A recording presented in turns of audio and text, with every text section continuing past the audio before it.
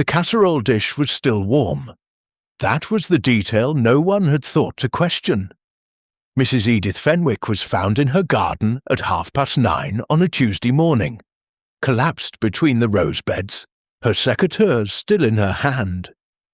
But inside her kitchen, on the counter beside the cooker, sat a covered casserole dish, warm to the touch. Edith Fenwick had lived alone for 11 years. She never cooked before noon. Someone had been in that house that morning, and whoever it was had taken the trouble to cover the pot before they left. Welcome to Marple Mysteries, where courtesy and cruelty walk the same quiet lane. Tonight's story takes us to the village of Brayford Hollow, where the most beloved woman in 3 parishes is dead, and everyone who loved her is lying. Oh, this is the kindest killer in the village. Chapter 1. The most beloved woman in the village. The village of Brayford Hollow had the particular quality of English stillness that could be mistaken by those passing through for peace. The lanes were narrow and well hedged.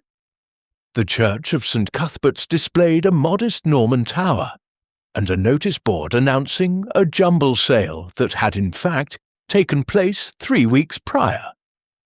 The post office, which was also, in the manner of such places, a hardware shop, a lending library of sorts, and an unofficial archive of local opinion, sat at the crossing of Church Lane and Mill Road, and from its single front window, a great deal of what mattered in Brayford Hollow could be observed without any appearance of observation at all.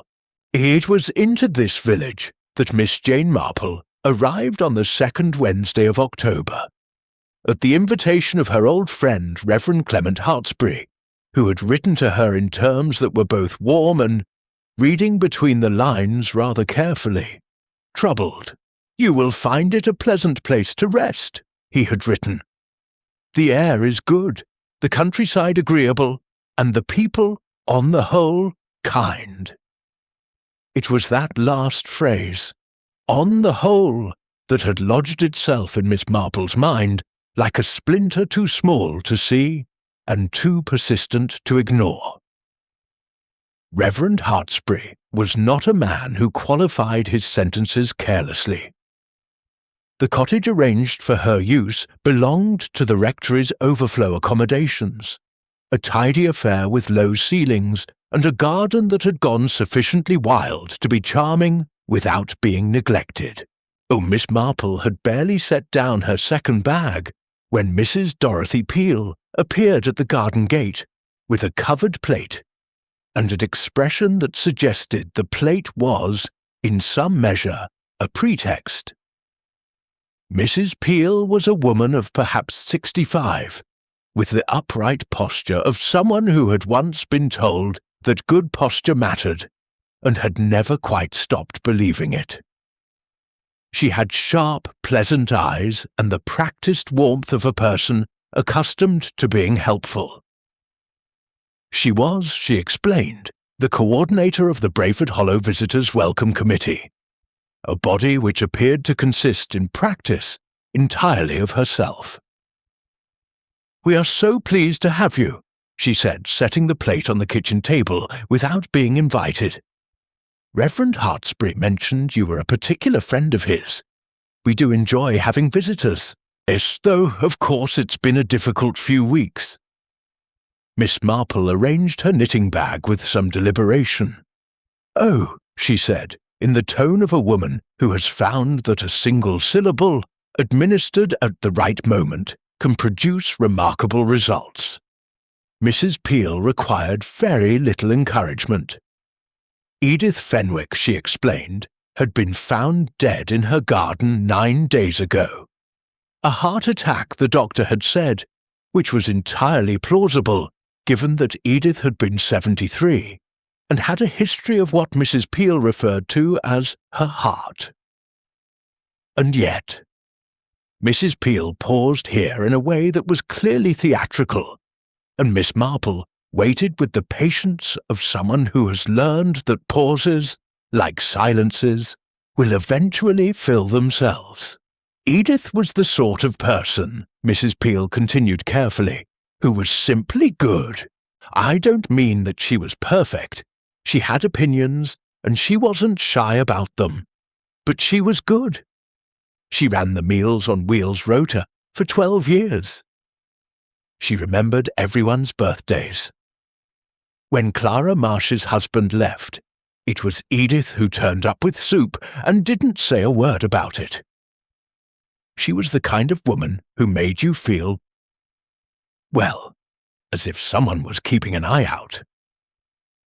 Miss Marple murmured something sympathetic and poured the tea, which she had, with quiet efficiency, already begun while Mrs. Peel talked. "And people are upset," she ventured. "People are devastated," Mrs. Peel agreed. "The whole village. I mean, one expects to lose people at our age. But there's been rather a peculiar atmosphere since. People being quite strange with one another. And there was that business about the house." Miss Marple looked up. "Her cottage," Mrs. Peel said, her voice dropping, as voices do when the information being conveyed is considered simultaneously important and not quite proper.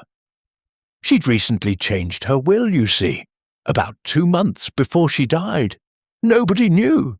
Her solicitor, Mr. Garvey, over in Taunton, he sent a letter after the funeral, and there was rather a scene." "A scene," Miss Marple repeated pleasantly.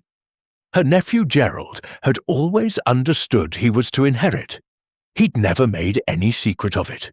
Rather counted on it, people felt. And then it turned out that Edith had left almost everything. The cottage, the savings, the rather good blue and white china collection that Gerald's wife had more or less picked out the cabinet for already, to the Brayford Hollow Community Trust. Miss Marple considered this.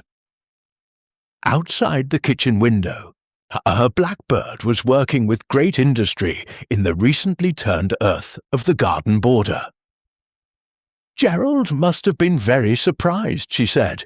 "He was beside himself," Mrs. Peel said, with the careful emphasis of someone reporting a fact while declining to endorse the emotion behind it. "He came to see Reverend Hartsbury twice. I believe he used the word manipulated. He seems to feel that someone close to Edith, persuaded her to change the will, took advantage of her somehow. And was she," Miss Marple asked, "easily persuaded?" Mrs. Peel thought about this in a genuine way, which Miss Marple noted. "No," she said finally. "That's rather the thing. Edith was kind, but she wasn't soft. She knew her own mind. That's what makes it strange." She'd been talking about Gerald inheriting for years. Then suddenly, without saying a word to anyone, she goes to Taunton on a Thursday and changes everything. She paused. 3 people drove her to Taunton in the last year. Gerald himself once. Then Helen Marsh, Clara's daughter, who did errands for her sometimes, and once Edith's oldest friend, Frances Dodd. Miss Marple said nothing for a moment. She turned her teacup slightly on its saucer, a small, precise movement. "The casserole dish," she said at last. Mrs. Peel blinked. "I beg your pardon?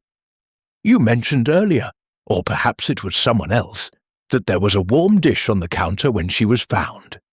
I thought perhaps you had said so." Mrs. Peel stared at her. "I didn't mention that," she said slowly. "How did you—" She stopped. "It was in the kitchen, yes. We all noticed. Edith didn't cook in the mornings, not ever. Her routine was quite fixed." "Quite," said Miss Marple. She lifted her teacup, and in the garden the blackbird found what it had been looking for and flew away. The casserole dish, she thought, was still the most interesting thing about the case. Not because of what it contained, which, as it turned out, was a lamb and vegetable stew of the sort any of a dozen people in Brayford Hollow could have made, but because of what it implied. someone had come to Edith Fenwick's cottage that morning. Early enough to cook, attentive enough to cover the dish, and careful enough to leave before the body was found. That was not the behaviour of a person in a panic. It was the behaviour of a person who had done everything they intended to do. Miss Marple set down her cup, listened to Mrs. O'Peel describe the funeral arrangements with the practised fluency of someone who has described them several times already, and thought about kindness, the real kind, and the kind that looked exactly like it. Chapter 2. The Warm Dish and the Cold Facts. The following morning arrived in the particular manner of October mornings in Somerset. Grey at the edges and slow to commit, the light coming in sideways through gaps in the hedgerow as though it had not quite made up its mind about the day. Miss Marple was up before 7, which surprised no one who knew her, and had already completed a circuit of the small garden and drunk her first cup of tea before the village had properly stirred itself. She stood at the kitchen window for some time, watching the lane. 3 people had walked past since 6:30.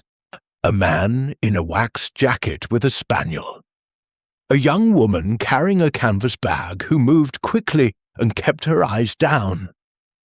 And, twice, the same elderly gentleman in a brown coat, who appeared to be walking in a circuit of his own, and who paused the second time to look at Miss Marple's cottage gate, with an expression she could not quite read at this distance.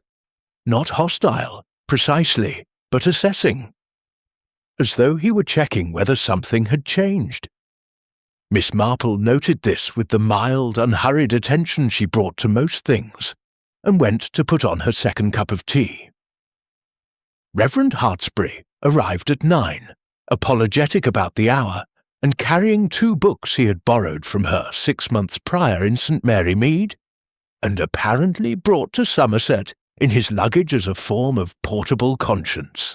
He was a lean man, in his early 70s, white-haired, with the slightly distracted manner of someone who thinks in long paragraphs and occasionally loses his place.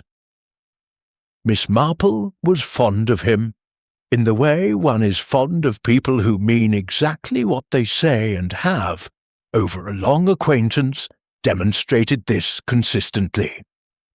He sat down, accepted tea, and looked at the table rather than at her. "I should have been clearer in my letter," he said. "You were perfectly clear," Miss Marple said. "You said on the whole, and left the rest to be inferred. I inferred it." He looked up and almost smiled. "Mrs. Peel had spoken to you." "At some length." "Then you know about Edith." He turned his cup in his hands. "I don't know precisely what I expected you to do, Jane. I want to be honest about that. I'm not making any accusation. The doctor was quite satisfied. Heart failure is heart failure. She had a history, she was alone, and she was found in the garden. None of that is unusual." "But," Miss Marple said. He was quiet for a moment. Outside, a wood pigeon began, and then thought better of it. "Edith Fenwick was one of the most genuinely good people I have known in 40 years of parish work," he said at last, and his voice had changed, flattened slightly. The way voices do when the words being said are ones that have been turned over many times already and have worn smooth. She was also one of the most careful. She did not do things without reason. The will change. I keep returning to the will change. She said nothing to me, and she said nothing to anyone that I know of. But 8 weeks before she died, she went to Taunton and altered everything. A woman who had been telling Gerald for years that the cottage would be his. Did you ask her about it? I tried. He set down his cup. She said it was a private matter, and that she had done what she believed was right. She used that phrase, what she believed was right, in the way that people use phrases when they don't intend to continue the conversation. He paused. I noticed she seemed tired in the last few weeks. Not unwell exactly, quieter. Miss Marple thought about the casserole dish. She had thought about little else since Mrs. Peel's visit, turning the fact of it over with the same patient thoroughness she brought to a knotted skein of yarn, not pulling, but working it loose from different angles. Tell me about the people around her, she said. Gerald first. Gerald Fenwick, Reverend Hartsbury explained, was Edith's nephew by her late sister.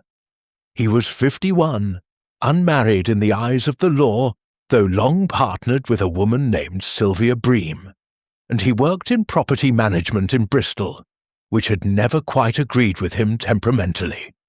He came to Brayford Hollow 3 or 4 times a year, always staying at Edith's cottage, and had what the Reverend described carefully as an expectant relationship with her generosity.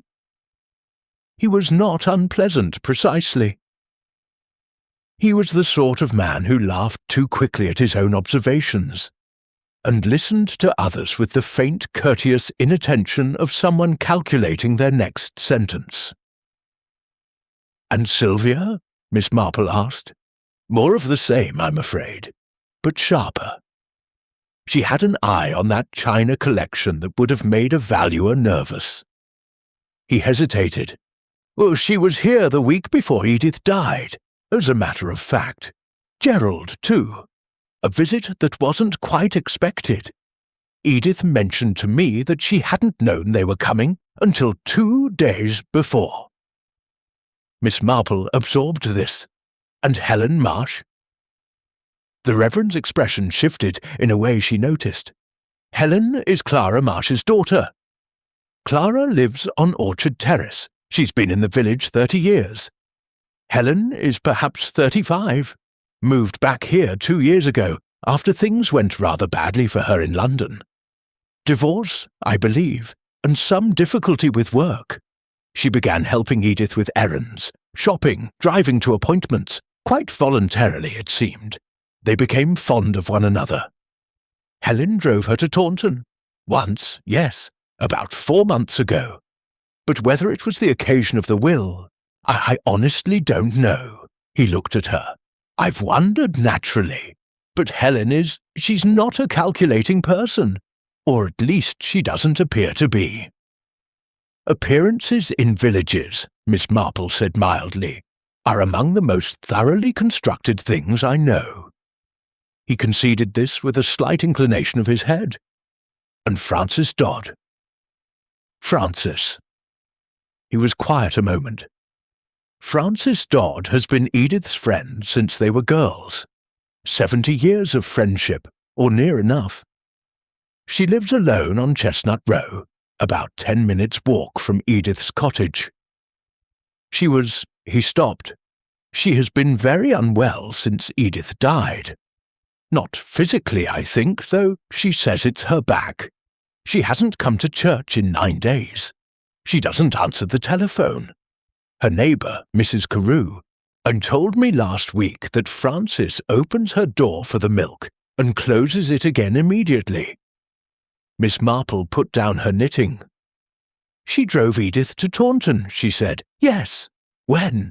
About 7 weeks before Edith died. 3 weeks after the first visit which Helen made." He met her eyes. "I've done the arithmetic too, Jane." They sat with this for a moment in the grey October morning light. Miss Marple picked up her knitting again, not because she intended to knit, but because the motion of it helped her think. The small rhythmic management of thread, the orderly conversion of chaos into pattern. Someone had arrived at Edith Fenwick's cottage early on a Tuesday morning. Someone who had a key, or had been let in without surprise, because there was no sign of disturbance, no spilled milk on the step, nothing to suggest an unwelcome arrival. They had cooked or brought something hot in a covered dish and transferred it. They had covered the pot, and they had left. The body had been found at 9:30 by a woman from the Meals on Wheels rota, a detail of exquisite irony, given that Edith had founded it. The doctor had come, examined, and concluded what the circumstances suggested. No one had thought to question the dish. "One more thing," Miss Marple said. Reverend Hartsbury waited. "The man in the brown coat?" she said. "He walked past twice this morning at some interval. Older, quite deliberate in his pace. He looked at the gate as though he recognized this cottage." The Reverend's expression changed. "That would be Arthur Dodd," he said quietly. "Francis's older brother. He moved here 8 months ago to be near her." He paused. "He was the one who found the body. He came to the garden wall to return a pair of secateurs he had borrowed from Edith, and he saw her." Miss Marple looked at the window, where the lane was now empty. A man who borrowed tools returned them the day their owner died.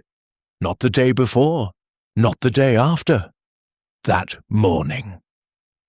She filed this away in the careful, well-organized architecture of her thoughts, next to the casserole dish and the changed will and the friend who had stopped answering her door. It was, she reflected, already rather a great deal for a first full day in Brayford Hollow. Chapter 3. What Francis Dodd Knew. The path to Chestnut Row ran behind St. Cuthbert's churchyard, through a kissing gate that had been painted white at some point in the recent past and was already beginning to flake, and along a stretch of lane where the elm roots had heaved the paving into a series of small courteous obstacles that required attention underfoot. Miss Marple attended to them without difficulty. She had navigated worse in St. Mary Mead, and in any case she found that walking slowly gave one time to notice things, which was, in her experience, rather the point of walking at all. She had not telephoned ahead. This was deliberate. People who have stopped answering their telephone have generally done so for a reason, and a reason, in Miss Marple's view, was always worth examining. If Francis Dodd was unwell, a visitor bearing a small pot of honey from the village shop, which Miss Marple had purchased that morning with precisely this eventuality in mind, would be received with mild gratitude and cause no alarm.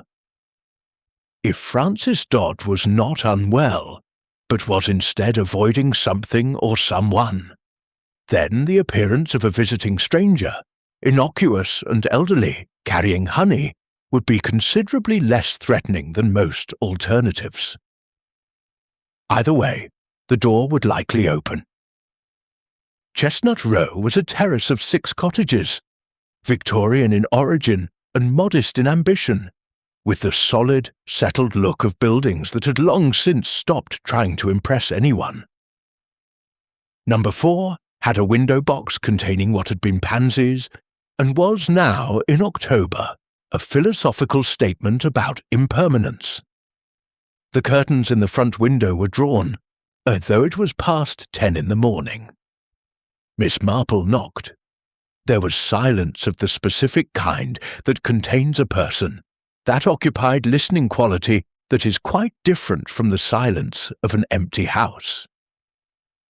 Miss Marple waited with the equanimity of someone who has done a great deal of waiting and found it consistently productive. The door opened by perhaps 4 inches. The woman behind it was in her early 70s, white-haired like the Reverend, but without his composure. Her face had the particular hollowed quality of someone who had recently lost weight without intending to, and her eyes, which were a pale, washed-out blue, moved from Miss Marple's face to the small jar in her hand and back again, with an alertness that was at odds with the apparent frailty of the rest of her, She was, Miss Marple noted, fully dressed, and the story about her back appeared to be, at minimum, incomplete.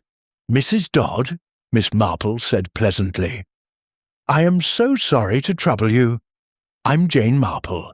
I'm staying at the rectory cottage while I visit Reverend Hartsbury. I heard you hadn't been well, and I thought—" She held up the honey in a manner that managed to be both apologetic and entirely confident. "I find honey quite helpful, though perhaps that's just habit." Frances Dodd looked at her for a long moment. Miss Marple smiled with the specific warmth of a woman who is genuinely interested in the person before her and has absolutely nowhere to be. The door opened.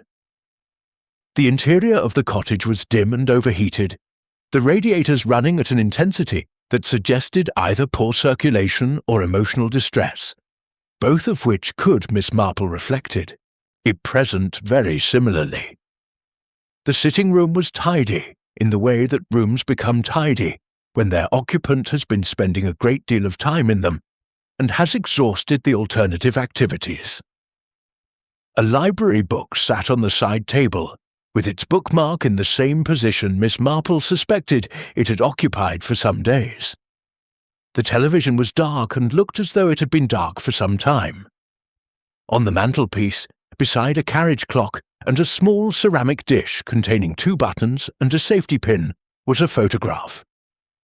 A younger Frances Dodd, perhaps 40 years ago, sitting in a garden beside a woman who was clearly Edith Fenwick. The same slight build, the same direct, undeceived quality about the eyes that survived even in old photographs, and even in women who are laughing. As both women in the photograph were laughing, yet something outside the frame. Frances Dodd sat down without being asked and without asking Miss Marple to sit, which Miss Marple took as an indication of distraction rather than rudeness. She sat down herself, in the smaller of the 2 armchairs, and placed the honey on the table. "It's very kind," Frances said. Her voice was steady in the mechanical way of voices being kept steady. "I've had rather a lot of kind gestures this week." "That can be its own sort of exhausting," Miss Marple said. Frances looked at her sharply. Then, unexpectedly, the corners of her mouth moved. "Yes," she said, "it can be exactly that." Miss Marple said nothing for a moment, and let the silence be companionable rather than interrogative. Outside, a car passed slowly. The carriage clock ticked. "I was very sorry to hear about Mrs. Fenwick," Miss Marple said at last. 70 years of friendship is something that can't be. There isn't really a word for the size of it, I think. Frances looked at the photograph on the mantelpiece. "No," she said, "there isn't." "It must make it stranger," Miss Marple continued gently, "when there are things left unresolved, questions that don't quite settle." The silence that followed this was of a completely different quality from what had come before.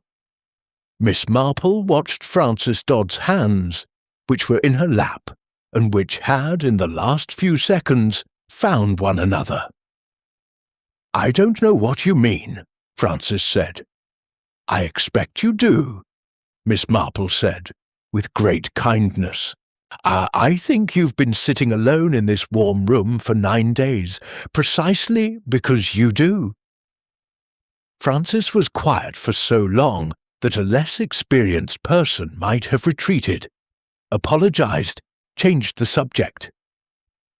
Miss Marple waited. "She wasn't well," Frances said at last, in a voice that had changed register entirely, lower, more careful, the voice of someone navigating around something large. "In the last few weeks, not her heart, or not only her heart, there was something on her mind, something she was managing alone, the way Edith always managed things alone." "Did she tell you what it was?" "Not directly." Frances pressed her hands together. "Edith was not. She didn't ask for help easily. 70 years. and I could count on one hand the times she'd said to me plainly, "I need you." She preferred to manage. She preferred to be the one managing. But something changed, Miss Marple said. Frances nodded, a single slow movement. She telephoned me 3 weeks before she died, at 11 at night, which she had never done in her life. She wasn't distressed exactly. She was very calm, in the particular way she got when she had made a decision. She said she wanted me to know that she had done what was right. That was the phrase. I have done what is right. And then she said, she stopped. Yes, Miss Marple said. She said, if anything should happen to me, look in the blue tin in the kitchen dresser. Frances looked at Miss Marple for the first time in several minutes, and her pale eyes were very direct. I thought at the time, I told myself she was being morbid. She was elderly. She'd had a difficult few weeks. She was perhaps more aware of her mortality than usual.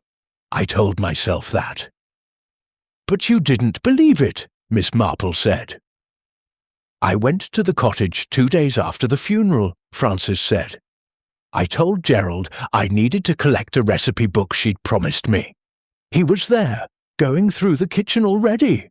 The dresser was open. She paused. The blue tin was gone. Miss Marple sat very still. Not moved, Frances continued. Gone. The shelf where it always sat, it had been there for 30 years, I'd seen it hundreds of times, was empty. Gerald said he didn't know anything about it. He was distracted. He was angry about the will. I don't think he was lying, but someone had taken it. Before the funeral? Miss Marple asked. Or after? I don't know, I couldn't know, but... Frances hesitated. He and Miss Marple saw the precise moment at which the woman decided to say the thing she had been not saying for 9 days. When they found Edith, the kitchen was quite orderly, except that the dresser drawer was an inch open. Not a drawer Edith used particularly, just open, as though someone had checked it in a hurry. Miss Marple thought about Arthur Dodd, and his borrowed secateurs, and his deliberate circuit of her lane that morning. Your brother, she said carefully. Arthur, he found her. Frances's expression did not change, but something behind it shifted, like furniture moving in a darkened room. Yes, she said. Had he been to Edith's cottage before that morning? The clock ticked 4 times. Arthur moved here 8 months ago, Frances said slowly. He said he came to be near me. He's always been protective, since we were children. She looked at the photograph again. Edith didn't particularly like him. She never said so plainly. Edith was too careful for that. But I knew. He came for tea once, in September, and afterwards she said only that he seemed very interested in the house. Miss Marple looked at the honey jar sitting between them on the table, small and amber and clear. Outside, the October morning had made its decision, and was settling into a dull, determined grey, the blue tin, the warm casserole, the open dresser drawer. The man who returned borrowed tools on the morning of a death. Each fact sat alongside the others like pieces of a pattern she could not yet fully see, but whose outlines were beginning, with the patience of a thing that has been there all along, to emerge. Chapter 4. The Nephew and the China. Gerald Fenwick was staying at the Brayford Hollow Arms, which was the village's single public house, and also, in the manner of such establishments, its only hotel, offering 3 letting rooms above the bar that smelled faintly of old timber and last decade's carpeting.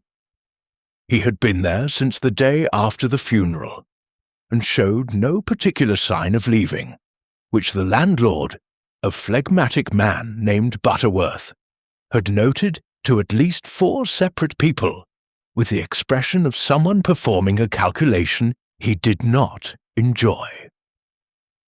Miss Marple arrived at the Arms at 11:30, ostensibly to inquire about a walking map of the local footpaths, that Mrs. Peel had mentioned the pub kept behind the bar. This was entirely true. She did want the map. It was simply not the only reason she had chosen this particular morning to want it. Gerald Fenwick was in the bar. It was, strictly speaking, too early for the bar to be serving, but Butterworth had made an exception for coffee, which Gerald was drinking at a corner table with the focused, unhappy attention of a man who has been alone with his thoughts for too long and has not found the experience improving. He was a large man, broader than his height suggested he ought to be, with the kind of face that had probably been handsome at 30, and had since settled into something more complicated. He wore a good jacket that needed pressing. His phone was on the table, and he was not looking at it, which Miss Marple found more informative than if he had been. Beside him, in the other chair, was Sylvia Bream. Miss Marple had not expected Sylvia. Reverend Hartsbury had not mentioned she was still here, which meant either that he did not know, or that he had not considered it relevant, the latter being, in Miss Marple's experience, the more interesting possibility. Sylvia was perhaps 48, lean and well-dressed in the careful manner of a woman who has decided that appearance is a form of argument and intends to win. She had dark hair cut short and reading glasses pushed up on her head that she had not, at present, needed for anything.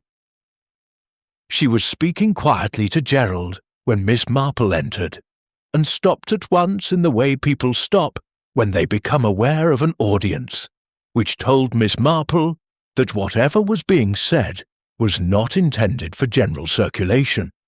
Butterworth produced the walking map with the promptness of a man grateful for a reason to stand at the other end of the bar. Miss Marple unfolded it on the counter with the mild, absorbed interest of a woman planning a gentle stroll, and in doing so positioned herself quite naturally in earshot of the corner table, without appearing to be near it at all. It was a technique she had perfected over many decades and in many establishments, and it relied on the consistent human tendency to underestimate elderly women with maps.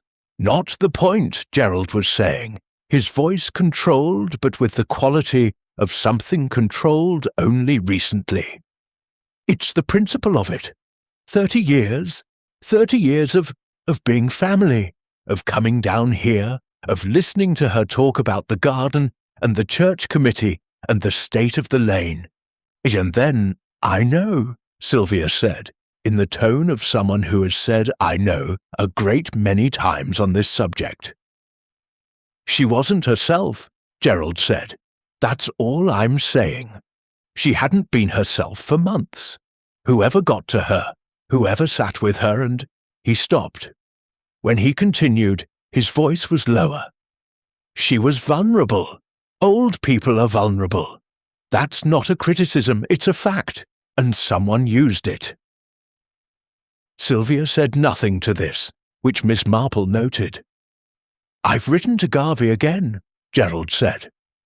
Garvey being, presumably, the solicitor. He says there's nothing to contest. She was of sound mind. She was properly advised.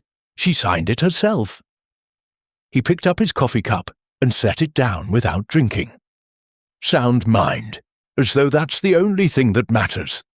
As though there aren't 50 ways to maneuver a person who's of perfectly sound mind. Miss Marple traced a footpath on her map with one finger. The path ran along the ridge east of the village and was marked with a small pictogram indicating a viewpoint. She appeared to be considering it carefully. The girl, Sylvia said quietly. Helen, have you spoken to her again? She won't see me.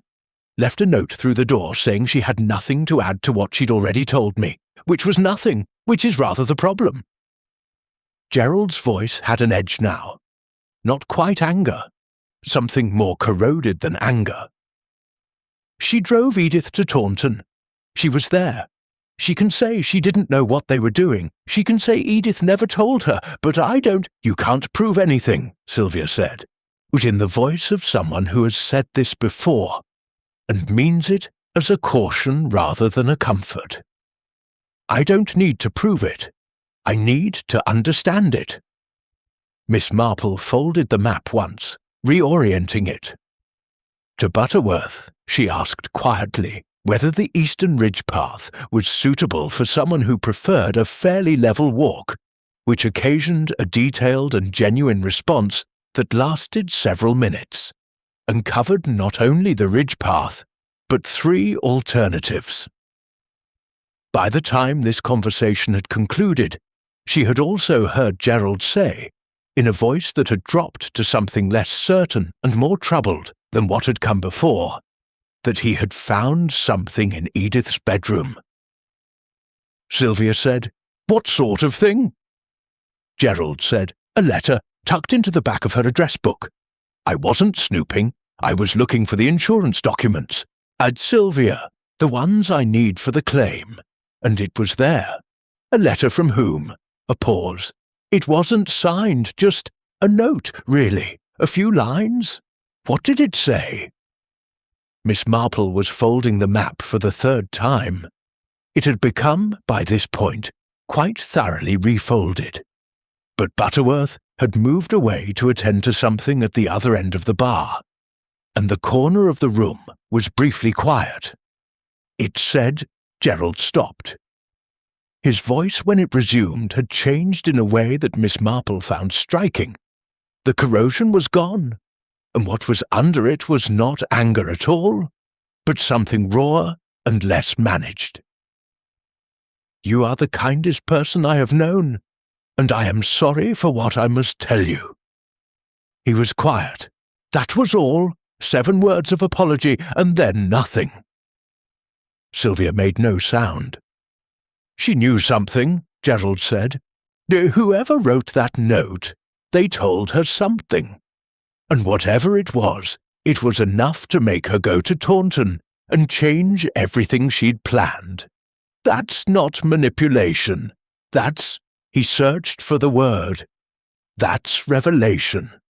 Someone told Edith something about me, or about my mother, or about, I don't know, something she hadn't known." Miss Marple thanked Butterworth for the map and for his thorough advice about the footpaths, both of which she meant sincerely, and moved toward the door at the unhurried pace appropriate to a woman who has gathered more than she came for, and intends to consider it carefully. On the steps of the Arms, in the grey October morning, she paused and looked at the village, the post office on the corner, St. Cuthbert's Tower above the tree line, Chestnut Row somewhere behind it, where Frances Dodd sat in her overheated room with the curtains mostly drawn. The note was the most important thing she had heard. Not because of what it said, though what it said was striking, but because of what it confirmed. The will had not been changed by persuasion or manipulation, or the slow erosion of an elderly woman's judgment. It had been changed because Edith Fenwick had been told something she had not previously known, something about someone she had previously trusted. The question was not who had influenced her. The question was what she had been told, and whoever had written that note, 7 words of apology before an unnamed truth, had known exactly how Edith Fenwick would respond to it. Had known her well enough to be certain that telling her would be enough, that no pressure would be required, and that the kindest woman in 3 parishes would do what was right the moment she understood what right was. That was not the knowledge of a stranger. That was the knowledge of someone who had loved her. Miss Marple put the walking map in her pocket and turned toward the lane that led back toward the rectory. Past the post office, past the church, through the quiet and constructed peace of Brayford Hollow, where everyone had been kind to Edith Fenwick, and someone among them had known exactly how to use it. Chapter 5. Helen Marsh and the Taunton Road. Helen Marsh lived in the lower half of a semi-detached cottage on Orchard Terrace, separated from her mother's house by a shared front path, and what Miss Marple suspected, from the careful geometry of the flower beds, Clara's side abundant, the Helen's side spare, was a studied maintenance of individual territory within enforced proximity. The arrangement had the look of two people who loved one another, and had learned, at some cost, the precise distance required to continue doing so. Miss Marple had learned from Mrs. Peel that Helen worked 3 mornings a week at the village primary school as a teaching assistant, and that on the remaining mornings she was generally home. This was a Wednesday. She knocked at 10:20. The woman who answered the door was not what Miss Marple had assembled from the various accounts of her. She had expected something softer, perhaps. A woman who had come back to her village after London's disappointments and found a gentle second life running errands for elderly neighbours. And what she found instead was a person of considerable self-containment, slim and dark-eyed, with the slightly overcomposed expression of someone managing a persistent, low-grade wariness. She was perhaps 35, as Reverend Hartsbury had said, but she looked both younger and older than that, in the way of people who have weathered something specific. She looked at Miss Marple on her doorstep without speaking, which was itself a kind of statement. "Miss Marsh," Miss Marple said, "I do apologize for appearing without warning. My name is Jane Marple. I'm visiting Reverend Hartsbury. I knew Edith Fenwick slightly, through a mutual connection, and I was hoping to speak with someone who had been close to her recently." She paused. "Mrs. Peel mentioned you had been very kind to her." Something moved across Helen Marsh's face at the mention of kindness. Not quite displeasure, but a kind of tiredness, as though the word had arrived too often lately and lost its meaning through repetition. "I did errands," Helen said. It wasn't anything particular." "People who do errands without being asked," Miss Marple said pleasantly, "are generally underestimating themselves." A pause. Then Helen stepped back from the door. The interior of the cottage was neat, in the way of someone who has recently imposed order on disorder. Things were in their places with the slight over-deliberateness of having been recently put there. There were books everywhere, stacked horizontally on shelves already full, and on the table near the window a laptop sat open beside a half-finished cup of coffee and a notepad covered in small, dense handwriting. Helen Marsh was apparently a person who read and thought and wrote things down. Miss Marple found this interesting. She also found interesting, on the shelf nearest the door, a small framed photograph of Helen and Edith Fenwick together, taken outdoors somewhere, both squinting into light. Edith looked very well in it. Helen looked, Miss Marple thought, as though she was in the middle of saying something, and had been caught by the camera before she finished.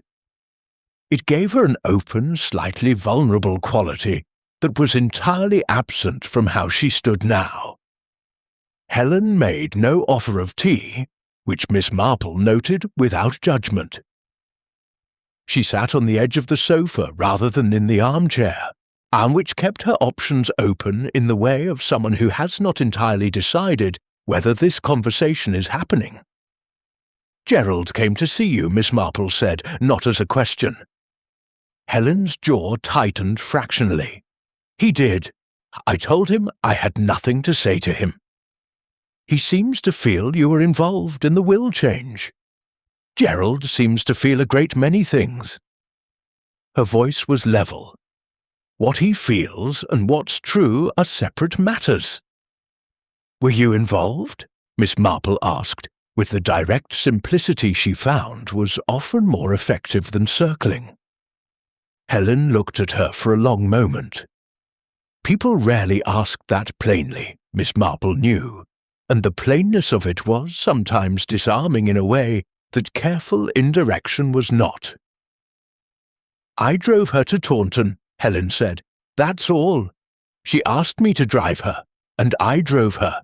She didn't tell me why. And you didn't ask? She said it was a legal matter, and that she'd rather not discuss it. Edith was—" She stopped, and something shifted in her composure. A small, involuntary softening. She was private. She didn't explain herself. You either accepted that about her, or you didn't get on with her. I accepted it. "You waited for her while she was with the solicitor?" "In the car park, for about 40 minutes. Then she came out, got in, and said she wanted to stop at the garden centre on the way back because she'd been thinking about planting winter alliums." Helen's mouth moved, as though she'd just been to the dentist, as though it was a perfectly ordinary Tuesday. Miss Marple thought about this. Was she different afterwards? In the weeks that followed? Helen considered the question with the seriousness it deserved, which told Miss Marple something in itself. "Quieter," she said at last. "Not unhappy exactly. More settled. Like someone who's made a decision they'd been putting off and found it wasn't as difficult as they'd feared." She paused. "I asked her once if everything was all right. She said, 'Helen, at my age, setting things in order is not the same as giving up.' I thought she just meant the will. Making a will. I didn't know she'd changed it." "Did she seem frightened of anything? Anyone?" Helen's eyes sharpened. "Why do you ask that?" "Because," Miss Marple said carefully, "a woman who makes a significant change to her will in some privacy, who becomes quieter and more settled afterwards, and who telephones her oldest friend at 11 at night to say she has done what is right, that is not a woman acting from manipulation or confusion. That is a woman who has received information she found disturbing, acted on it decisively, and is now carrying the weight of it alone." The silence in the room was complete. "You knew Edith Fenwick slightly," Helen said slowly, "through a mutual connection." "Yes," Miss Marple agreed. "Who?" Helen asked. Miss Marple smiled with the warmth of someone who recognizes a sharp mind and does not pretend otherwise. "I was perhaps a little inexact," she admitted. "I knew of her. Reverend Hartsbury has spoken about her a great deal. He was concerned, and I am someone he trusts with concerns." Helen studied her. Whatever calculation she performed, it seemed to arrive somewhere satisfactory, because her shoulders changed very slightly, not relaxing exactly, but deciding. "She said something to me," Helen said, "about a month before she died. We were in the car coming back from the supermarket, and she was very quiet. And then, out of nowhere, she said, 'Helen, have you ever had to choose between protecting someone and telling the truth? Just like that. No preamble.' Helen looked at her hands. I said I supposed everyone faced that, eventually. And she said, 'The trouble is that protecting people is sometimes the unkind thing, even when it feels like love.'" Miss Marple was very still. "I didn't know what she meant," Helen continued. "I thought perhaps it was about Gerald, about the inheritance, deciding to change it. But afterwards, after she died, after I heard about the note Gerald found," she looked up. "She knew something about someone, didn't she? Something damaging. And she'd known it for a while, perhaps, and not said anything, because saying it would hurt them, or hurt someone else. And then she reached the point where staying silent felt worse. "That is," Miss Marple said quietly, "very much what I think." "The casserole dish," Helen said abruptly. Miss Marple waited. "I've been thinking about it since the funeral. Edith didn't cook in the mornings, everyone knew that, but she would accept things people brought her. She was too well-mannered to refuse." Helen's voice was careful now, feeling its way. If someone came that morning with a dish of something, came early, before she went into the garden, she would have let them in. She would have put the kettle on. How she wouldn't have been afraid. "Because she trusted them," Miss Marple said. "Because she trusted them," Helen agreed, which means it was someone she had no reason to distrust. Someone whose kindness looked exactly like kindness and nothing else. She paused. Or someone she'd decided to confront. Someone she'd arranged to see. Miss Marple thought of the note Gerald had found. 7 words. "I am sorry for what I must tell you." The apology preceding the truth, not following it, which meant the writer had known the truth would hurt, had grieved for it before delivering it, had loved Edith Fenwick enough to be sorry before she had even begun. Helen walked her to the door. On the step, Miss Marple paused and looked at the shared path dividing the 2 gardens, Clara's side spilling over with the last of the autumn colour, Helen's side quiet and restrained. "Your mother," Miss Marple said, "was she also fond of Edith?" Helen smiled, but it was a complicated smile. "Everyone was fond of Edith," she said. "That was rather the problem, wasn't it? It gave so many people reason to be near her." She closed the door quietly, and Miss Marple walked back along Orchard Terrace in the grey October light, thinking about what it meant to be loved by many people, and how that was not, in every circumstance, a form of protection. Chapter 6. The Man Who Returned the Secateurs. Arthur Dodd was not difficult to find.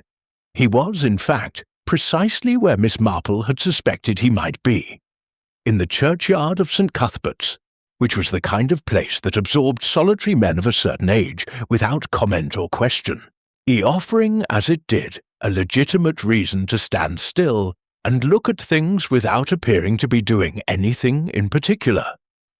He was at the far end, near the older stones, with his hands in the pockets of the brown coat she had observed that morning from her kitchen window, and he was looking at nothing that Miss Marple could identify. Not a specific grave, not the church wall, not the view over the hedge toward the fields. He was simply present, in the way of a man who has nowhere pressing to be and finds that troubling. He heard her footsteps on the gravel path and turned without surprise, which itself was interesting. A man who does not startle in quiet places has either been expecting company or has ceased to be startled by things, and both possibilities were worth considering. He was perhaps 70, a few years older than Francis, or with the lean, angular build of someone who had been active all his life and carried it in his frame even now. His face was weathered in the way of men who have spent time outdoors, not for pleasure, but for purpose, and his eyes were a darker blue than his sister's, more guarded. He looked at Miss Marple with the polite wariness of someone who has recently been asked a great many questions by a great many people, and has not found the experience enjoyable. "Mr. Dodd," Miss Marple said, "I hope I'm not intruding. I find churchyards rather peaceful at this time of year. There's something about October light on old stone that seems—" She looked at the lichen on the nearest headstone with apparent appreciation. "He considered." Arthur Dodd looked at her with an expression that suggested he was not entirely convinced by this introduction, but could not identify precisely where it failed. "You're the woman staying at the rectory cottage," he said. It was not a question. "I am Jane Marple. I visited your sister this morning." Something in his face changed, not alarm quite, but the thing that precedes alarm when a careful person catches it in time. "Frances isn't well," he said. "She seemed well enough when I saw her," Miss Marple said pleasantly. "A little tired, perhaps. Grief is tiring." "It is," he said with a flatness that closed the subject and opened nothing else. Miss Marple looked at the headstones nearest to where he stood. Several Brayford Hollow families represented over 2 centuries. Carews and Percivals, and a cluster of marshes that reminded her to think about Claraara. She turned slightly, as though adjusting her view, and said conversationally, "You were the one who found her, I understand, Mrs. Fenwick. That must have been very distressing." The pause before he answered was a beat too long. Not dramatically so. Nothing that would register as suspicious to anyone who was not, as Miss Marple was, paying careful attention to the architecture of pauses. "It was," he said. "You had come to return secateurs." "I had borrowed them in August," he said, with the slight over-precision of someone reciting something, "for the hedge. I'd been meaning to return them and kept forgetting. That morning I remembered. Quite early in the morning," Miss Marple observed. I'm an early riser. As was Edith, I understand." Miss Marple turned to look at him directly, with the mild, open expression she had found over many decades to be entirely disarming. "Though not for cooking. She was very particular about her routines, from everything I hear. Tea first, garden later, cooking afternoon." Arthur Dodd said nothing. "The casserole dish on the counter," Miss Marple continued, in the tone of someone thinking aloud rather than interrogating. "A warm dish, covered, on a morning when she didn't cook. It has stayed in my mind. These small domestic details often do. In my experience, they are the kind of thing that seems incidental at first, and turns out to be the opposite." "I wouldn't know about the dish," Arthur said. "I didn't go inside." "No," Miss Marple agreed. "You saw her from the garden wall. You came to the gate and saw her between the rose beds and raised the alarm." She paused. "Did you go through the gate?" Another pause, shorter this time, but differently textured. The pause of a man recalculating. "I went to see if she needed help," he said. "She was clearly beyond it, but one goes, doesn't one?" "Of course," Miss Marple said warmly. "One does." She looked down at a nearby headstone. A woman named Millicent Carew, 1891 to 1963. Beloved and remembered. And let the silence settle for a moment. Then she said with perfect idleness, "You moved to Brayford Hollow in February, I believe, to be near Frances." "That's right." "It's a considerable thing to relocate for a sibling. You were in Somerset before, or further afield?" "Devon," he said, "a village outside Exeter." "Had you known Brayford Hollow before? Visited Frances here over the years?" "Occasionally." He was watching her now with more attention than before.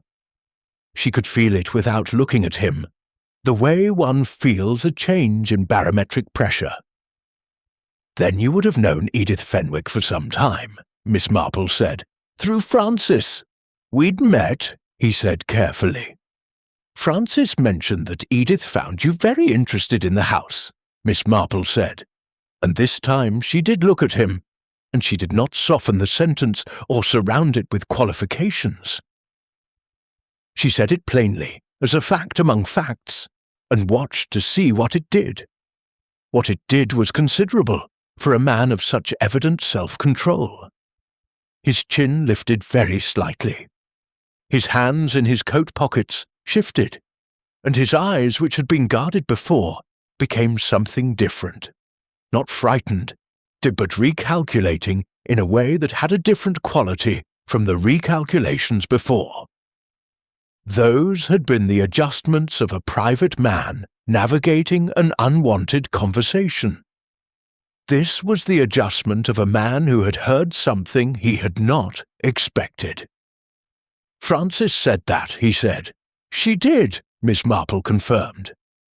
He looked away, back toward the hedge and the fields beyond. "Edith could be." He chose the word with visible deliberateness. "Proprietary, about the village, about the people in it. She didn't always receive newcomers warmly, whatever her reputation for kindness." "And you felt that," Miss Marple said, "when you met her." "I felt she was watching me," he said, and the admission seemed to cost something, not because it was shameful, but because it was true, and he had preferred not to say it, which was irritating, frankly. "I am an old man in a village visiting his sister. There is nothing to watch." Miss Marple thought about that phrase, "there is nothing to watch," and the particular emphasis he had placed on it, which was the emphasis of a declaration rather than a description. "She was a very perceptive woman," Miss Marple said. "So everyone tells me," Arthur said with the first note of something rawer than wariness, something close, just close, to bitterness.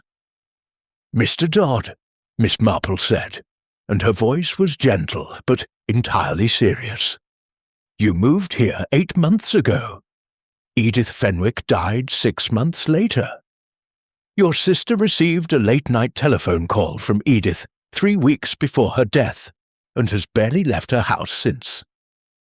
You return a pair of secateurs on the morning a woman dies and find the body, and you walk past my cottage gate twice before 9 in the morning, with the expression of a man checking whether something has changed."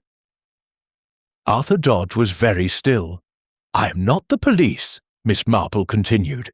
"I'm an old woman who has seen a great deal of human behaviour over a long life, and finds it consistently interesting. I am also someone who was fond of Reverend Hartsbury, who was fond of Edith Fenwick, who deserves to understand what happened in her garden on a Tuesday morning in October." The wind moved through the yew tree in the corner of the churchyard. A dry, particular sound. "She knew," Arthur said at last. His voice was very quiet. "About something I did. A long time ago. Something that concerned Frances." He stopped. "I don't know how she knew. She'd known for some time, I think. She was deciding what to do with it." "And had she decided?" Miss Marple asked. Arthur looked at the old stones. "I believe she had," he said. "The blue tin," Miss Marple said. His stillness told her everything she had come to the churchyard to learn. Miss Marple walked back to the rectory cottage through the kissing gate and along the lane with the heaved paving, stepping over the roots with her usual unhurried care, thinking about secrets kept for decades, how they compress with time, becoming denser rather than smaller, and how the people who carry them mistake that density for burial when it is in fact only pressure, building slowly toward the moment when something or someone finally brings it to the surface. Chapter 7. What the Blue Tin Contained. Miss Marple did not sleep particularly well that night, which was not unusual when a case had reached the stage at which the outline of the thing was becoming visible, but the details were still resolving, like a photograph emerging in developer fluid, shapes first, then edges, then finally the particular, undeniable specificity of a face. She lay in the low-ceilinged bedroom of the rectory cottage and listened to the October wind in the garden, and thought about Arthur Dodd's stillness when she had mentioned the blue tin, and about Frances Dodd sitting alone in her overheated room for 9 days, and about Edith Fenwick covering a casserole dish at some point on a Tuesday morning, with the unhurried domesticity of a woman who still believed in the importance of small courtesies, even at the end of things. By 6, she had given up on sleep entirely, and was in the kitchen with tea and her knitting, and working through what she knew, and, more importantly, what she did not know. She knew that Edith had changed her will approximately 8 weeks before her death, following a visit to Taunton that Helen Marsh had driven her to without knowing its purpose. She knew that Edith had telephoned Frances 3 weeks before dying to say she had done what was right, and to direct her to the blue tin in the kitchen dresser. She knew that the tin was gone when Frances looked for it after the funeral. She knew that Arthur Dodd had admitted, in the careful, partial way of someone surrendering a minimum, that Edith had known something about him, something concerning Frances, and that he believed Edith had decided what to do with that knowledge before she died. What she did not know was what the tin had contained, or who had taken it, or precisely when. These were not small unknowns. At 8 o'clock she put on her coat and walked to the post office, where she purchased a second pot of honey she did not need, and engaged the proprietor, a woman named Mrs. Gale, in the kind of wide-ranging, apparently directionless conversation that Miss Marple had found, over a lifetime of such conversations, to be the most reliable method of learning what a village actually knew, as opposed to what it said it knew.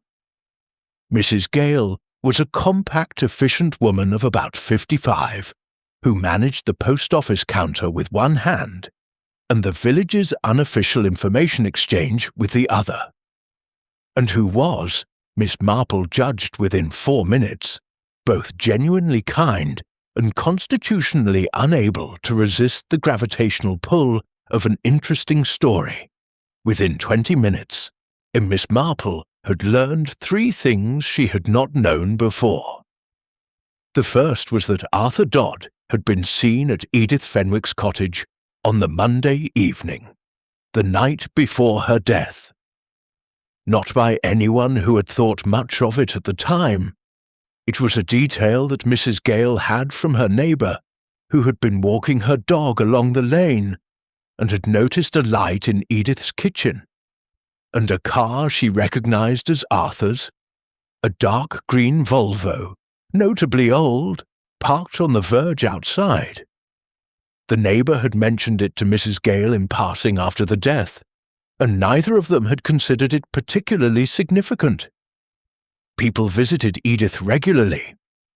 The second was that Gerald Fenwick had been seen that same Monday evening in the village, not at the Arms where he was staying, but near Orchard Terrace, specifically near Helen Marsh's cottage, and whether he had knocked or simply walked past, Mrs. Gale's neighbour could not say. But he had been there.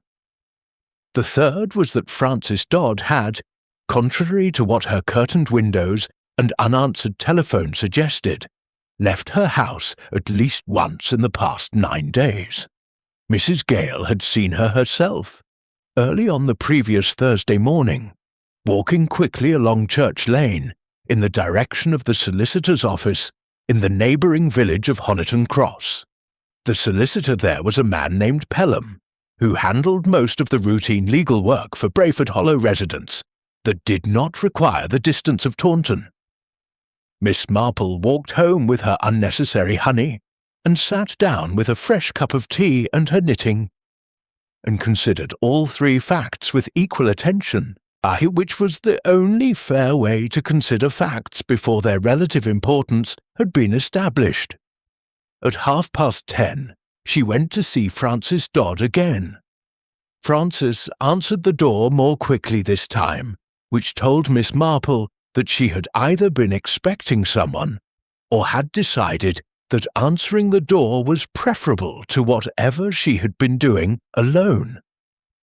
She looked, if anything, slightly less composed than the previous visit, a detail Miss Marple registered with the same attention she brought to anything that had changed.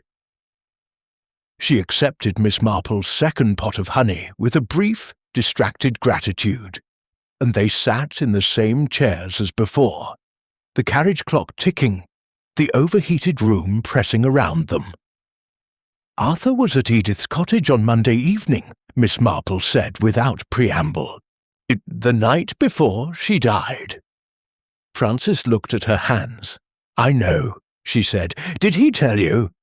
Afterwards, yes. She was quiet for a moment. He told me he'd gone to speak to her, that he'd known she had information about something in our past, and that he'd wanted to understand what she intended to do with it. And what did she intend to do with it? Frances looked up then, and in her pale eyes there was an expression Miss Marple had seen before in people who had been carrying something heavy for a long time, and had reached the point at which the weight of it outgrew the will to continue carrying it. Not relief exactly. Something more complicated. The thing that precedes relief, when the setting down of a burden means accepting what the burden concealed. She intended to give it to the Reverend, Frances said. She'd told Arthur that she had written it all down, put it in the tin, and that she intended to bring it to Reverend Hartsbury and let him decide what ought to be done. She felt— Frances stopped. She felt it was too large for her to manage alone any longer, but she did not want to go to the police. She trusted the Reverend's judgment. What was in the tin? Miss Marple asked quietly. Letters, Frances said, old letters. From our mother, as it happens. Written a long time ago to a man who was not our father. She paused. And other documents, records. She seemed to search for the right formulation. Arthur was not our father's son. Our mother had an affair before the marriage was over. Arthur knows. He has always known, in the way you know things that are never said aloud, but are present in every room you share with a person. But there was more than that. She stopped again. There was a child, Miss Marple said. Frances looked at her with the slight widening of eyes of someone who has been understood before they have finished explaining. A girl, she said. Arthur had a relationship when he was very young. He was 22. The woman was. She was not free. The child was given away, adopted, through an arrangement that was not, by any honest standard, entirely above approach. She pressed her hands together. The woman was Clara Marsh. The carriage clock ticked into a silence that had changed its quality entirely. Helen, Miss Marple said. It was not a question. Helen does not know, Frances said. Clara has never told her. The adoption was managed at a time when these things were managed quietly and expensively. And Arthur paid for the arrangement. He was 22 years old, and he paid a solicitor to ensure it was clean and unreachable and finished. Her voice did not condemn and did not excuse. It was the voice of a woman who had had decades to find the tone for a thing that resisted every tone. Edith found out from Clara. Last year, Clara told her in confidence, in the way you tell someone something unbearable when you can no longer carry it alone, not expecting it to move. But Edith was not a person who could hold injustice quietly once she had seen it. Clara is Helen's mother, Miss Marple said carefully. Her adoptive mother. Her biological mother, Frances said. It was a private arrangement. Clara kept the child in the end, but registered her as her own from a subsequent relationship. Arthur's name appears nowhere. He was allowed to simply stop existing in that part of the story. Her voice was very even, until Edith decided he should exist in it again. Miss Marple sat with this for a moment, feeling the shape of the whole thing shifting and resettling like a landscape after rain. "The tin," she said. "Arthur took it." "I believe so," Francis said quietly. "He has not said so directly. But when I ask him where it is, he looks at me in the way he has looked at me my entire life, when there is something he has removed from a situation because he judged it too dangerous to remain." "And the letters," Miss Marple said. "The documents, are they gone?" Frances reached into the pocket of her cardigan. She produced a small folded sheet of paper, which she placed on the table between them. "Edith wrote to me," she said, "separately from the tin. A letter I received by post the morning after she died, posted the day before, the last thing she did." She looked at the folded paper, but did not open it. She wrote down everything, all of it, every name, every date, every fact. She paused. She had 2 copies made, it appears, one in the tin, one sent to me in case the tin was ever unavailable. Miss Marple looked at the folded paper on the table between them. Outside, the October wind was moving through the chestnuts that gave the row its name, pulling the last leaves from their stems with the patient, impersonal efficiency of time, and sending them in small, unhurried circles down towards the pavement below. Chapter 8. Clara Marsh and the Kept Secret. Miss Marple did not open the letter. This was a deliberate decision, made in the moment. Frances placed it on the table and held with some effort, through the considerable pull of needing to know what it said. The letter was Edith Fenwick's final accounting of a truth she had carried for over a year, and it contained names and dates and facts that would, in due course, need to be known. But it did not yet need to be known by Miss Marple. Sitting in Francis Dodd's overheated sitting room, on a grey October morning, with Francis watching her from across the table, with the expression of a woman who has handed over something irreplaceable, and is already uncertain whether she has done the right thing. What the letter needed, Miss Marple felt, was a witness of the correct kind. And Reverend Hartsbury was, by Edith's own designation, that witness.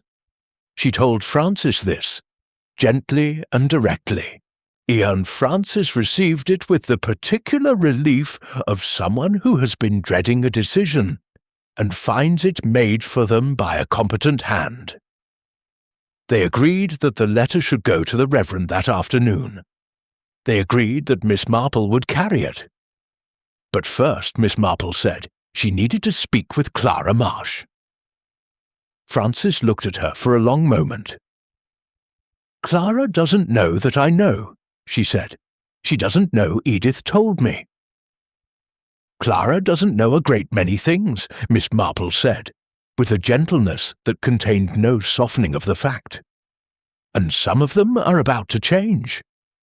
She walked to Orchard Terrace in the late morning, past Helen's side of the path with its restrained garden, and knocked at the door of the adjacent cottage where Clara Marsh had lived for 30 years. The door was opened almost immediately, as though Clara had been near it, which suggested either that she had seen Miss Marple coming from the window, or that she was generally a person who existed in a state of readiness for arrival. Both, Miss Marple thought, were possible and not mutually exclusive. Clara Marsh was a small woman in her late 60s, with the compact neatness of someone who has managed a great deal on limited resources and has found the management of things to be, at bottom, a form of dignity. Her hair was white and cut close. Her eyes were brown and direct and moved across Miss Marple's face with an assessment that was rapid but not unfriendly. She had the slightly braced quality of someone who has been expecting a difficult conversation and has decided to meet it rather than avoid it, which told Miss Marple that Clara had, in all likelihood, who's seen her coming from the window after all." She introduced herself. Clara nodded and stood back from the door. The cottage was warm and full of the evidence of a life actively inhabited. Plants on every windowsill, photographs on every surface, a basket of mending beside the armchair. The smell of something baking. Helen appeared in none of the photographs that Miss Marple could see from the doorway, which was itself a kind of information. Clara made tea without being asked or asking, which was the behaviour of a woman who needed something to do with her hands. And they sat at the kitchen table, with the tea between them and the sound of the oven ticking quietly in the background. "You've been speaking to people in the village," Clara said. It was not accusatory. It was simply a fact being established. "I have," Miss Marple said. "About Edith. About Edith," Miss Marple agreed. Clara wrapped both hands around her cup. She was looking at the table rather than at Miss Marple, and the set of her shoulders had the resigned quality of someone who has been holding a particular posture for a very long time, and is beginning to understand that they cannot hold it indefinitely. "She was a good woman," Clara said. "Edith, genuinely good, not the performed kind." She paused. "When my husband left, this was 20 years ago now, she came to the house with soup, and she sat with me for 4 hours, and she didn't say a single useful thing, and it was exactly right." Her voice was even. "I have thought about that a great deal recently, about what it means to be loved by someone genuinely good, and what it costs them." "She told you it cost her something?" Miss Marple asked. "Well, she told me nothing. That was Edith's way." Clara looked up. "But I knew. When I told her what I told her, I watched her face. She was very still, in the way she was still when she was managing something large. And then she said, 'Clara, you have carried this a very long time.' And I said yes, and she said, 'I wonder if Helen might carry it better than you think.'" Miss Marple set down her cup. "You told Edith about Helen's parentage." Clara nodded, a small composed movement that had the quality of something practiced. "About Arthur, about what he was to Helen, biologically, about the arrangement." She paused. "I told her last autumn, in October, almost exactly a year ago. I had been thinking about it for some time, about what Helen deserved to know. She is 35. Her father, biologically, is living 10 minutes away. She has medical history she doesn't have. She has a right to those things." Clara's voice did not waver, but something in it compressed. "I told Edith because I needed to tell someone who would help me think about it clearly. Someone who wasn't involved." "But Edith became involved," Miss Marple said. "Edith was constitutionally incapable of knowing an injustice and doing nothing," Clara said with a fondness that was entirely absent of resentment. "I knew that when I told her. I think I told her partly because I knew it, because I couldn't act myself, but I could. Set something moving." She stopped. "Is that a terrible thing to say?" "It is a very human thing to say," Miss Marple said. Clara was quiet for a moment. The oven ticked. Outside, Helen's spare garden was visible through the window, and the neat beds and restrained borders of a person who has learned to manage her own expectations about what grows and what does not. "Does Helen know any of this?" Miss Marple asked. "No," Clara said. "She knows she was adopted. I told her that when she was 16, and she accepted it in the way of someone who had perhaps half known it and was relieved to have it confirmed. She has never pressed me for more. Helen is—" She paused, and in the pause Miss Marple heard 35 years of a particular complex love. Helen protects me. She always has. Even as a child, she was the kind of person who noticed when you were struggling and quietly removed the source of the struggle without making you feel managed. She smiled briefly. Ooh, she gets that from somewhere. Miss Marple thought about Helen Marsh in her tidy cottage with her books and her notepad, returning to Brayford Hollow after London's disappointments, doing quiet errands for an elderly woman she had no particular reason to care about, with no explanation beyond decency. She thought about the photograph on Helen's shelf, Edith squinting into the light, Helen mid-sentence, caught open. "Did Edith speak to Arthur?" Miss Marple asked. "She told me she was going to," Clara said. She said she felt he needed to know that she knew, and that she was giving him the opportunity to do what was right before she took the matter further. She was very procedural about it, very fair. Clara's mouth moved. She wrote to him first, a letter. She told me she'd written to him. Or the week before she went to Taunton. "The note," Miss Marple said, half to herself. "Gerald's note, found in the address book." Clara frowned. "Gerald has a note." He found a note in Edith's address book, unsigned. 7 words of apology before an unnamed truth. Miss Marple looked at her. "Was it yours?" Clara was very still. "What did it say?" Miss Marple quoted it carefully.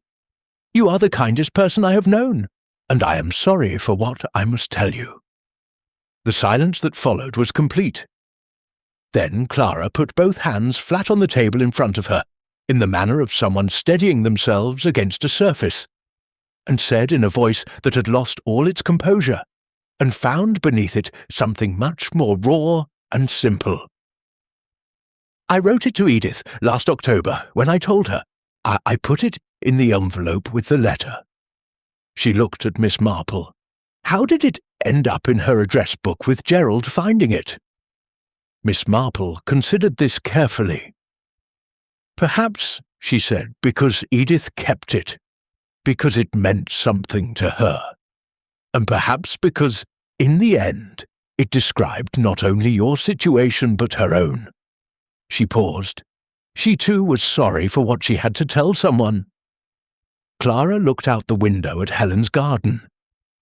"She deserves to know," she said quietly, "about Arthur, about all of it. I have known that for years and been too. I have been afraid of losing her. I have been afraid that knowing the whole truth will make the story we've built together feel dishonest." She pressed her hands harder against the table. "Will it? I think," Miss Marple said, with the careful honesty of someone who does not offer comfort where comfort would be dishonest, that Helen is the sort of person who will feel, above all, that she wishes she had known sooner, and that the sooner she knows, the less time is lost. She stood, smoothing her coat. "Arthur Dodd has taken the tin, but the letter Francis received this morning contains everything. It will go to Reverend Hartsbury today." Clara nodded slowly, as though this information was both worse and better than she had expected. At the door, Miss Marple paused.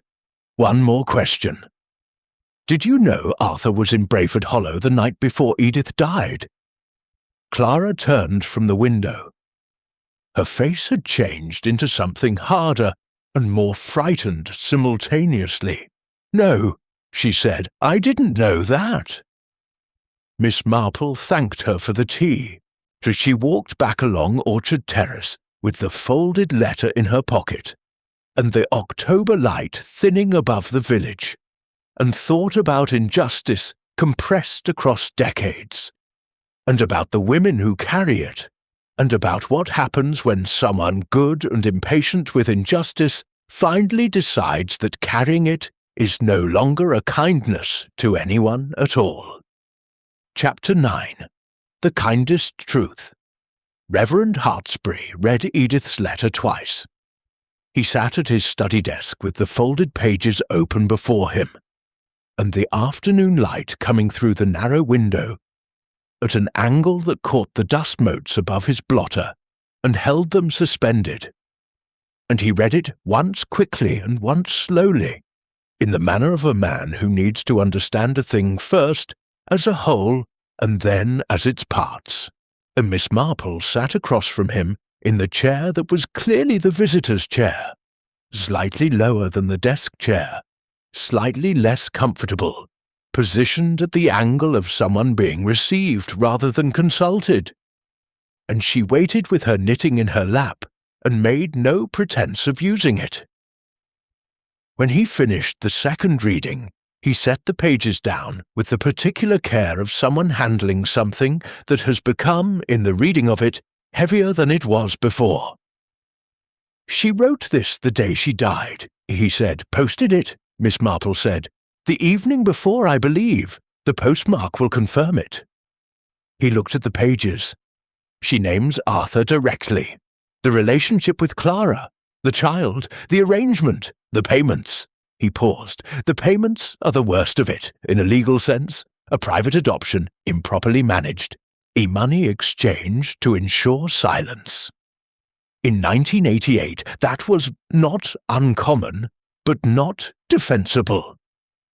He removed his glasses and pressed 2 fingers to the bridge of his nose. "She wanted me to decide what to do with it."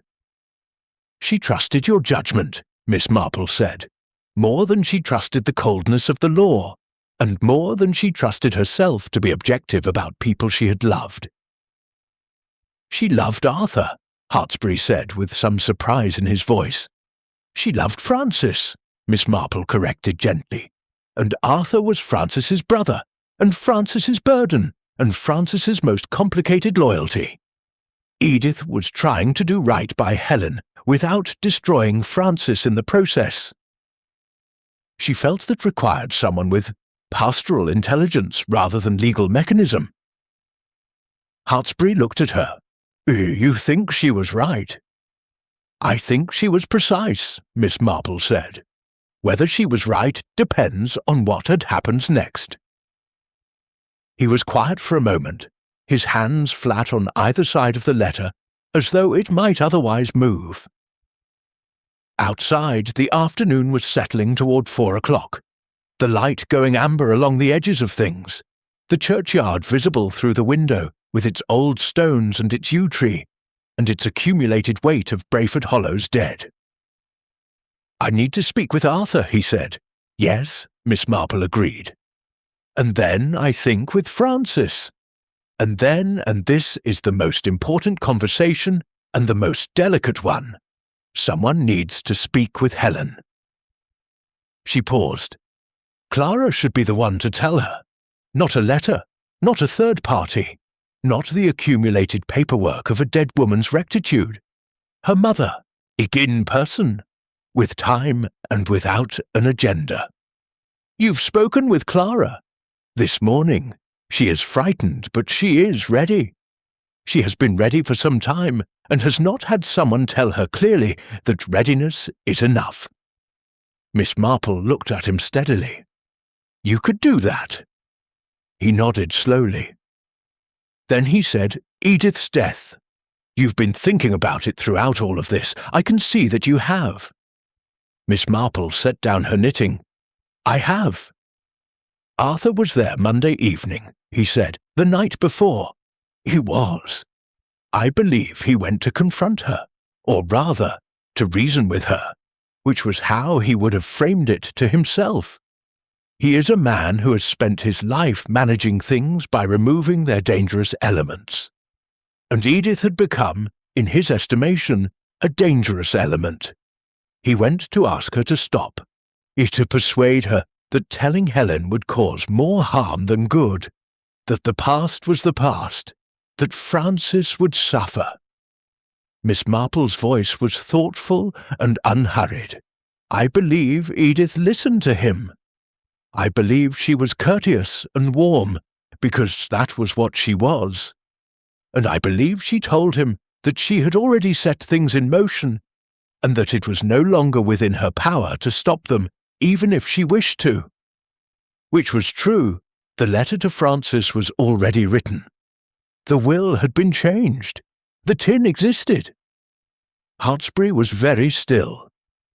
And then I think he left, Miss Marple said. And Edith was alive when he left, because the casserole dish tells us someone came the following morning, and that someone did not come to a house where a death had already occurred. And they came to a house where a woman was still alive and expecting the day to proceed. She paused. The question I kept returning to was the dish. Who brings food to someone in the morning? Who has a key or is let in without alarm? Early, before the garden? Who covers a pot and leaves? You know who it was, Hartsbury said.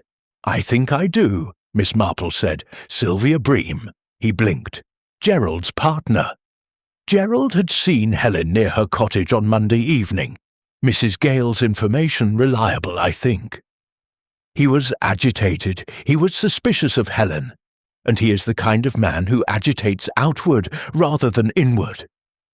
I believe he told Sylvia what he suspected, that Helen had driven Edith to change the will, that Edith had been manipulated. Sylvia is sharper than Gerald and less encumbered by sentiment. She had been watching the china collection with a valuer's eye for 2 years. She had considerably more to lose. Miss Marple's voice remained measured. I believe Sylvia went to Edith that morning. Early, with the casserole, which was a pretext, a neighbourly gesture designed to get her inside the house without alarm. Edith would have received her. She would have put the kettle on. And Sylvia said something, Hartsbury said quietly. Sylvia confronted her, perhaps not gently. She is not, from everything I have gathered, a gentle person in extremity. She told Edith that she knew about Helen, about Arthur, about the arrangement, information she had from Gerald, who had been listening more carefully to village conversations than anyone had realized. She told Edith that if this information became public, it would destroy Francis. I would expose Clara to shame, would give Helen a heritage of scandal rather than truth. Miss Marple looked at the window. She framed the truth as a weapon and told Edith that wielding it was cruelty disguised as virtue. Hartsbury said nothing. Edith Fenwick had a weak heart, Miss Marple continued. She was 73 years old. She had spent the previous evening being pressured by Arthur, had spent weeks carrying the weight of what she knew and what she intended to do with it. And she was faced that morning with a sustained and skillfully aimed argument that everything she believed she was doing for good reason was, in fact, going to cause harm. She paused. That is an enormous thing to absorb at 7 in the morning, in one's own kitchen, alone, at 73, with a compromised heart. You think the confrontation precipitated the attack, Hartsbury said. I think Sylvia Bream came to that cottage intending to stop Edith, and that she succeeded, Miss Marple said carefully. Whether she knew that the argument would kill her, whether anyone could know that, is a different question from whether she bears responsibility for the conditions that made the death possible. She paused. Sylvia covered the dish and left. She left because Edith had gone into the garden, perhaps to recover herself, perhaps because she felt unwell and wanted air. And Sylvia did not stay to see what happened next, or she stayed long enough to see, and left regardless. The study was very quiet. That cannot be proved, Hartsbury said at last. No, Miss Marple agreed. It cannot, and there is no law against a difficult conversation, and no coroner in England will reopen a heart failure on the evidence of a covered casserole dish and a woman's established ruthlessness. She looked at him directly. Which is why what matters now is not Sylvia Bream's unprovable culpability. What matters is Helen. Hartsbury sat back in his chair. He looked diminished, and resolved simultaneously, which was, Miss Marple had found, the appropriate expression for a man who has just understood the shape of something terrible and accepted that understanding cannot be undone. "Arthur," he said, "will he confess to taking the tin?"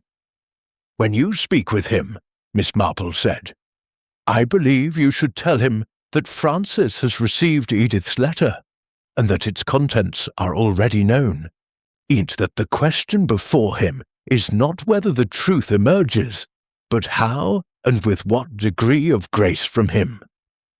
Arthur Dodd is not a wicked man. He's a man who made a terrible choice at 22, and has spent 48 years trying to prevent it from existing. There is a difference." "Is there?"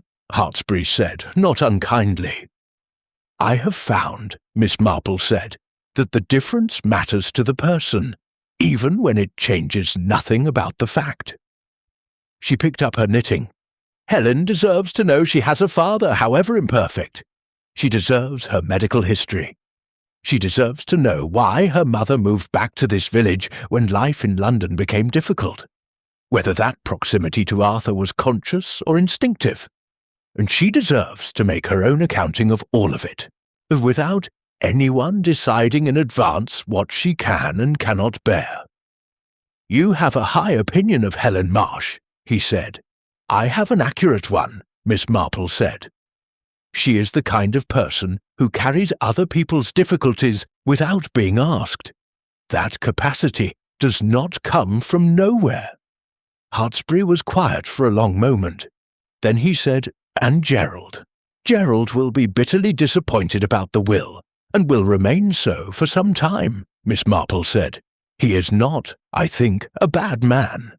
He is a man who had counted on something and found that counting on things is not the same as deserving them. That is a useful discovery, if an unpleasant one. He will be angrier when he understands that Sylvia's visit to Edith was not on his behalf, but on her own." She paused. "He may need someone to talk to in time." Hartsbury almost smiled. "I am, as it happens, professionally equipped for that." Miss Marple stood, straightening her coat and picking up her bag with the unhurried competence of a woman concluding a piece of work she considers adequately done. "There is one more thing," she said. He looked up. Edith Fenwick was not manipulated, and she was not confused, and she was not a vulnerable old woman steered by cleverer people toward decisions she would not otherwise have made. She was a woman who learned a truth, sat with it honestly, determined what was right, and acted. Miss Marple looked at the letter still open on the desk between them. The will change, the letter to Francis, the blue tin, the telephone call at 11 at night. All of it was deliberate and considered and thoroughly her own. Whatever happened in that kitchen on Tuesday morning, she had already done what she intended to do. She paused. "I think it matters that you say that clearly when you speak to people about her." "I will," Hartsbury said.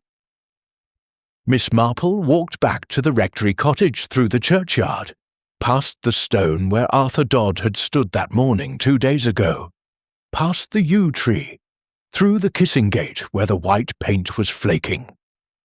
The light was nearly gone now, the village settling into its evening quiet, lamps coming on in windows along Church Lane, the smell of wood smoke beginning. She would leave tomorrow, she thought. The train at 10:30 from Taunton. There was nothing more she could usefully do in Brayford Hollow, and a great deal that needed to happen now without her presence. The conversations between fathers and daughters, mothers and children, the old friends and accumulated silences.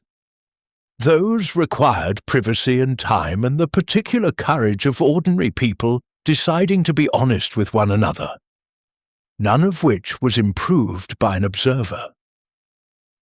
In the cottage, she made tea and sat by the window in the near dark and listened to the village settle around her. Somewhere along Church Lane, a door opened and closed. The wind moved in the garden. The October dark pressed gently against the glass. She thought about Edith Fenwick covering a casserole dish at some point on her last morning. That small instinctive courtesy, the habit of a lifetime, the gesture of a woman who believed that things ought to be done properly even when, especially when, they were difficult. The kindest person I have known. Yes, Miss Marple thought, and the most precise. And in the end, the bravest, but she picked up her knitting and worked quietly in the dark until the cottage was warm enough and the tea was finished, and Brayford Hollow had gone entirely still around her, as villages do, briefly and only at certain hours, when the accumulated weight of their human business rests for a moment before beginning again.